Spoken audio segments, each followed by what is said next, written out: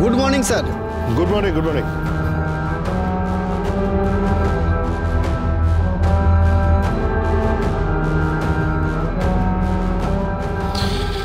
কি মিস্টার কর্ণ চ্যাটার্জি, আপনি এ সময় ব্রেকফাস্ট করতে এসেছেন নাকি? মজা করছেন? হ্যাঁ, মজা করছেন। হাতি পাঁকে পড়েছে তাই মজা করছেন, চামচিকেতে লাথি মারছেন। এই দেখুন, আপনি আবার উত্তেজিত হয়ে পড়ছেন কেন?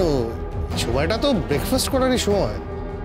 তা এই সকালবেলা এখানে এসেছেন কেন? কথা বলতে চাই।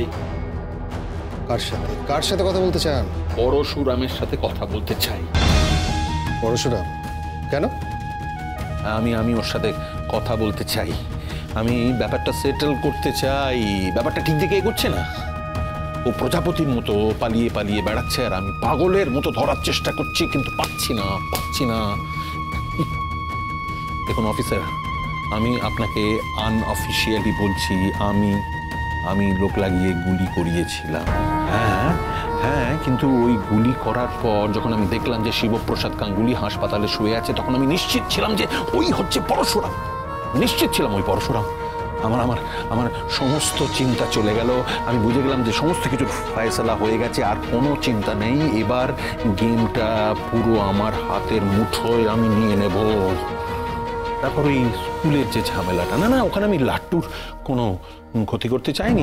আমি ওই কিডন্যাপ করাতে গেছিলাম কারণ আমি দেখতে চাইছিলাম পরশুরাম অ্যাপিয়ার করে কিনা। পরশুরাম অ্যাপিয়ার করলো। পরশুরাম অ্যাপিয়ার করলো। কোথা থেকে যে আবির্ভূত হলো আমি বুঝতেই পারলাম না। আমার সমস্ত হিসেব এলোমেলো হয়ে গেল, একদম এলোমেলো হয়ে। আমি কাল সারা রাত ঘুমোতে পারিনি, বুঝেছেন অফিসার? আপনি এটা বুঝতে পারছেন? আমার ছেলের ভবিষ্যতের কথা ভেবে আমি ঘুমোতে পারিনি। এখন নিজের ভবিষ্যতের কথা ভাবুন মিস্টার চ্যাটার্জি। মিস্টার বলরাম, আমি আপনাকে বলছি, আপনি একবার ওই পরশুরামের সঙ্গে আমাকে কথা বলিয়ে দিন। আমি অনুরোধ করছি, একবার আপনি কথা বলিয়ে দিন। ঠিক আছে, কথা আমি বলিয়ে দিচ্ছি, কিন্তু ওই সেটেলমেন্টের কথাটা বলতে যাবেন না। কেন ওর মুখে শোনেননি? এই কমন ম্যান পরশুরামের হাতিয়ার প্রহার আর চেম্বার, কিন্তু এসব কথা শুনলে ও চেম্বারের থেকে বেশি প্রহারটাকেই পছন্দ করে। শারাপ, আপনি আমাকে এইসব কথা বলছেন? আমাকে মারবে? দেখুন, ও আপনাকে পেলে ও কি করবে বিশ্বাস নেই।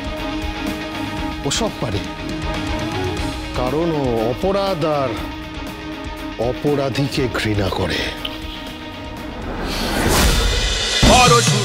পরশুরাম আজকের নায়ক, সোম থেকে রবি প্রতিদিন রাত ৮টায় স্টার জলসায় ও জিও হটস্টারে।